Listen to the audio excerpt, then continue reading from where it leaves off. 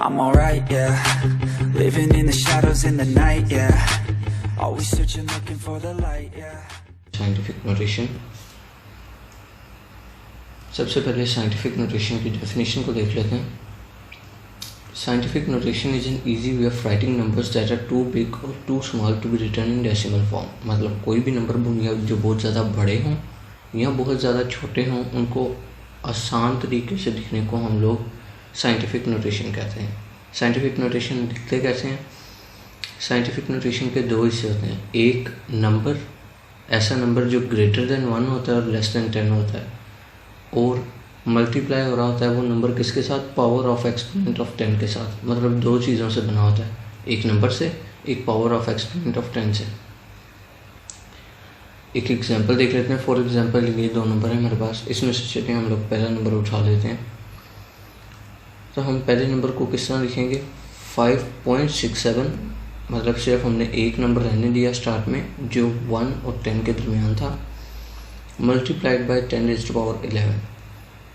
अब इस नंबर के दो पार्ट्स हैं। पहला पार्ट 5.67, इसको हम बोलते हैं मेंटीसा, और सेकंड पार्ट एक्सपोनेंट ऑफ 10 जो कि है इस केस में 11, मतलब 10 की एक पावर।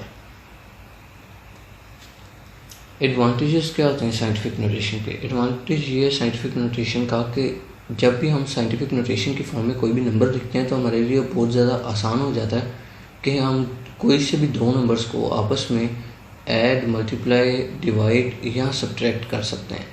मतलब हमें 10 की पावर्स को डील नहीं करना पड़ता, सिंपली हम ऐड और मल्टीप्लाई में जो पावर्स होती हैं उनको प्लस कर देते हैं, डिवाइड और सब्ट्रैक्ट में जो 10 की पावर्स होती हैं उनको माइनस कर देते हैं। ये जब आप आगे न्यूमेरिकल्स करेंगे तो आपको बेहतर समझ आ जाएगी। इसके बाद ये डेफिनेशन तो हमने पढ़ ली, लेकिन हमारे लिए ये फ़ायदेमंद किस तरह से है? फॉर एग्जांपल ये दो नंबर देखें, अगर इन दो नंबर्स को मैंने मल्टीप्लाई करना है तो ना मेरे लिए ये नंबर भूलने आसान है और ना मेरे लिए कैलकुलेटर में लिखने 7000 समथिंग मल्टीप्लाई बाई 700 समथिंग। इसकी बजाय अगर मैं इसको इस तरह से लिख लेता हूँ 7 × 10⁻27 मल्टीप्लाई बाई 7 × 10⁻9, तो ये मेरे लिए भी आसान है कैलकुलेटर में लिखना भी और बोलना भी। 7 × 10⁻27 दरअसल number of cells in human body और 7 × 10⁻9 पॉपुलेशन ऑन अर्थ है। तो इन दोनों को मल्टीप्लाई करके, ये आपकी बुक की ही एग्जांपल है और उसमें बताया हुआ है कि साइंटिफिक नोटेशन से अगर सॉल्व किया जाए तो ये काम कितना ज़्यादा आसान हो जाता है।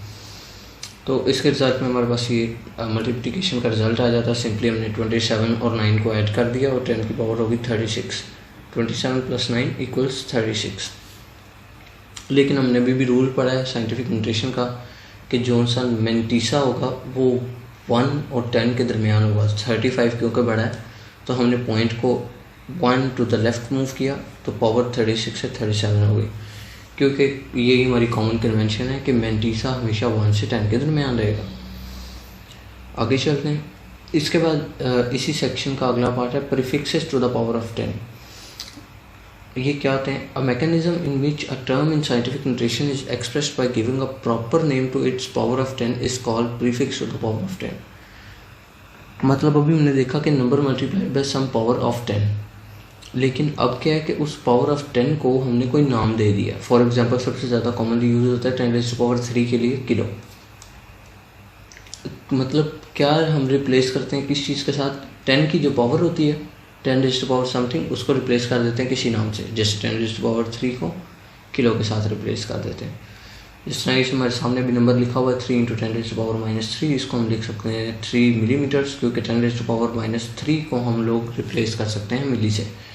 इसी तरह हमारे पास ये सेकंड नंबर है 8.25 × 10⁻5, 10⁻5 के लिए, क्योंकि हमारे पास कोई वेरिएबल होता नहीं है, कोई भी प्रीफिक्स है नहीं, तो हम लोग 10⁻3 क्लोजेस्ट पड़ता है तो उसको इस्तेमाल कर लेंगे।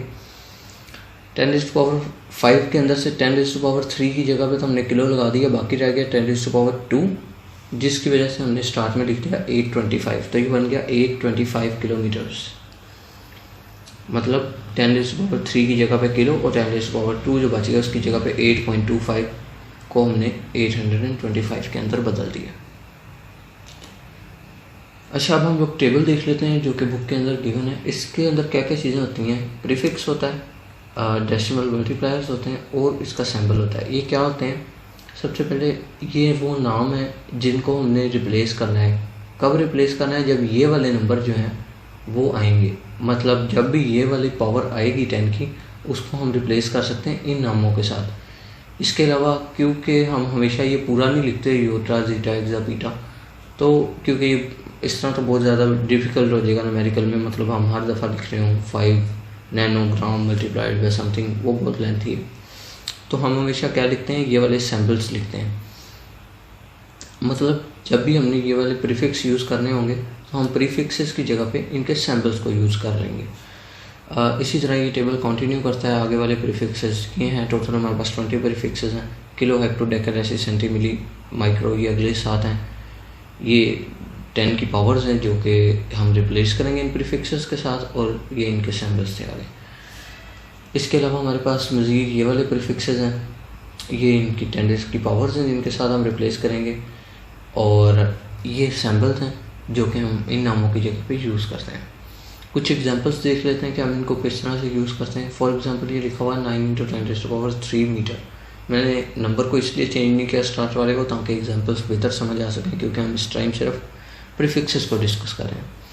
9 × 10⁻³ 10⁻³ की जगह पे हम लोग लिख सकते हैं किलो, तो 9 किलोमीटर्स, सही है। और 10⁻7 के लिए हमारे पास कुछ नहीं होता, अलबत्ता 10⁻6 के लिए हमारे पास मेगा होता है, तो हम लोग इसको लिख सकते हैं 90 मेगामीटर्स।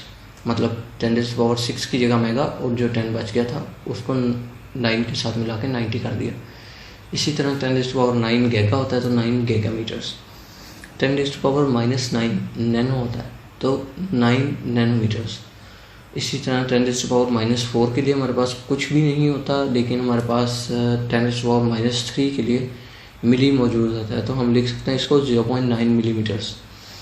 और इसके बाद 9 × 10⁻−3 10⁻−3 जो है वो मिली होता है, तो 9 मिलीमीटर्स। अच्छा, अभी आप सोच रहे होंगे कि अभी तो मैंने कहा था कि भाई जो भी नंबर है कभी भी वो 1 से 10 के दरमियान होना चाहिए, उससे बाहर नहीं होना चाहिए। तो इन सारी रीडिंग्स में ये जो 90 आया है और ये जो 0.9 आया है, ये तो आउट ऑफ रेंज फॉल करते हैं। तो ये साइंटिफिक नोटेशन है, ये साइंटिफिक नोटेशन नहीं, ये प्रीफिक्सेस ऑफ 10 है, ये अलग चीज़ है। और जो साइंटिफिक नोटेशन है वो अलग चीज़ है, ये उससे अगला स्टेप है। इसके अंदर हम लोग वो वाली कन्वेंशन फॉलो नहीं करते, क्योंकि हमारे पास हर नंबर के लिए प्रीफिक्स मौजूद नहीं है। अच्छा, अब हम इसको पढ़ तो हमने लिया, इसको हम लोग याद कैसे रखेंगे।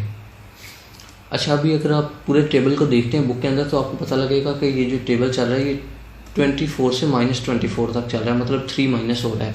24, 21, 18, 15, 12, 9, 6, यहाँ पे थोड़ा चेंज आता है। 3 to 1, -1 to 3, सिर्फ ये पॉइंट चेंज है। और फिर -3, -6, -9, मतलब ये 3 माइनस होके ये पूरी सीरीज चल रही है। 24, 21, 18, 15, 12, 9, 6 और 3 से आगे बिल्कुल नॉर्मल काउंटिंग, फिर -3 से आगे -6, -9, -12, 3 का डिफरेंस है।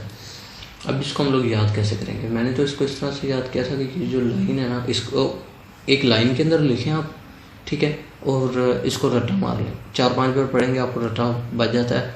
Yotta zetta exa peta tera giga mega kilo hecto deca deci centi milli micro nano pico femto atto zepto yocto. ये पहली बार शायद आपको मुश्किल हो कि भाई ये क्या yotta zetta exa peta tera giga mega kilo hecto deca deci centi milli micro nano pico femto atto zepto योक्टो।